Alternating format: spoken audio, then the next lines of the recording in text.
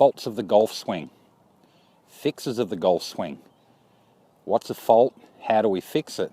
That's one of the tough things about golf instruction, is that a lot of the things that we think are the cause or an issue of a swing-related problem are not really the issue at all. Are you the kind of person makes a swing change? Think this is it, I've got it. 2 weeks later, it's gone again. Let me explain why.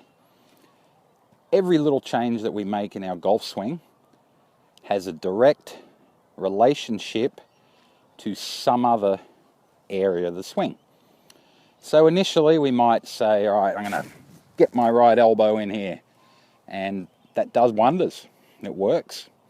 2 weeks later, it's not working again. So now you just chase your tail around. You think, all right, I did that. Why doesn't that work? And then you start looking at other different things to try and put that magic back together again.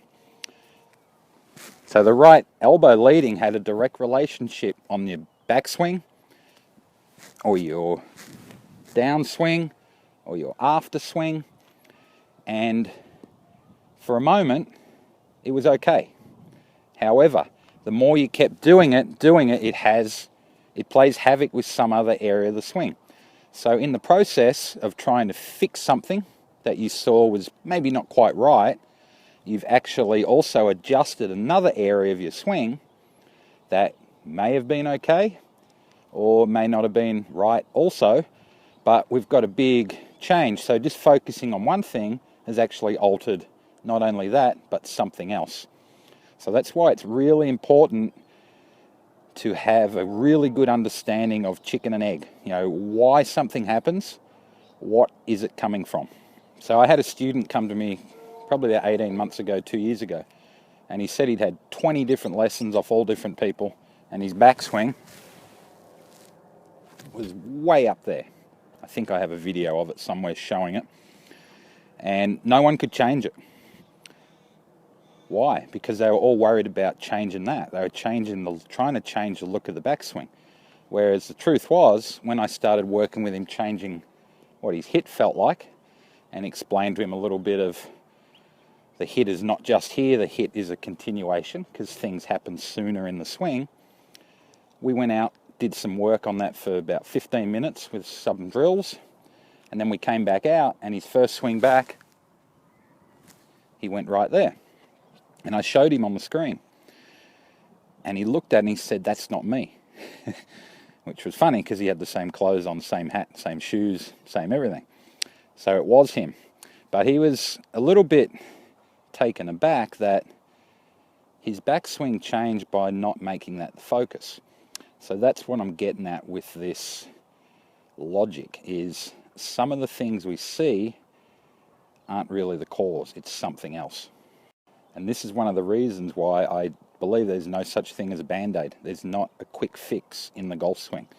Sure, it may work, or we can solve something quickly, obviously, but it can always or often be to the detriment of something else.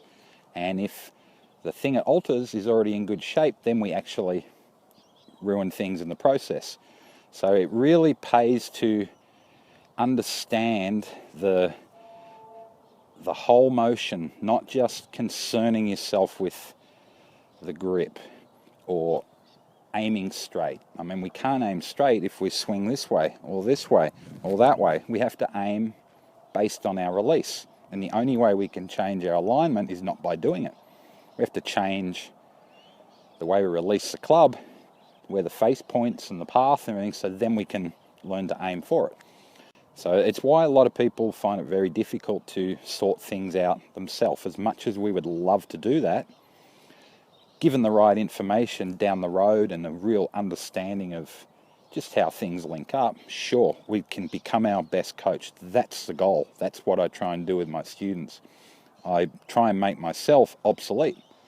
I want them to understand what the swing feels like, why, the pressures involved, the force, so they can feel it right throughout. This golf club's just moving because of everything that's going on here. So if I'm trying to poke it into a position that, for a look, it's not correct, The look comes from the motion itself. And the motion itself comes from the forces we use, circular in the feet, all different things. Arms that way, body wanting to go that way. Our setup can help us do these things as we get accustomed to them, but a setup change or a grip change initially is not just going to do it. It's going to be a band-aid. That will fall off, and we'll have to get a scab and put another band-aid on it. So that's why it's really difficult to think a golf swing. We basically have to change our physical and muscular structure to be able to handle all these things, to feel these things, and it's a little bit of a building process. So we need to know which brick to start with. If we're trying to start with the 6th brick in our swing progression, the other 5 before that are going to have trouble. They're not going to function efficiently well. So while we may get a look for a minute or feel for a minute, it disintegrates the first 5. So there's a real stepping stone progress to long-term improvement. And that's what we want. We don't just want to have to find a new swing every 2 weeks. It can be painful at the start that we maybe take a few steps backward. But if we're working on the brick 1, then we can build brick 2 behind it, and then they coincide.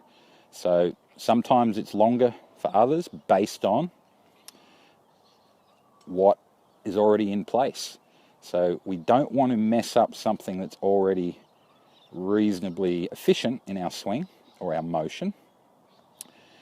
We want to build things in the correct sequence, so long-term golf, long-term better golf is the end result. So if you're after a quick fix, listen to the word quick fix. That's all it's going to be.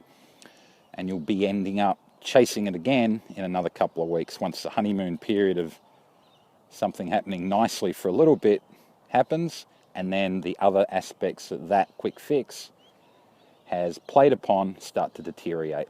So long-term effectiveness is the key to golf. Find someone that can help you do it. If you need more information or want to learn more, visit my website, bradleyhughesgolf.com. So good luck. Think about that. And before you jump haphazardly into trying to make a change just for a look or thinking that that's the problem, find out for real. Find out what the real issue is, how that can be solved without messing up something that may already be a decent part of your swing.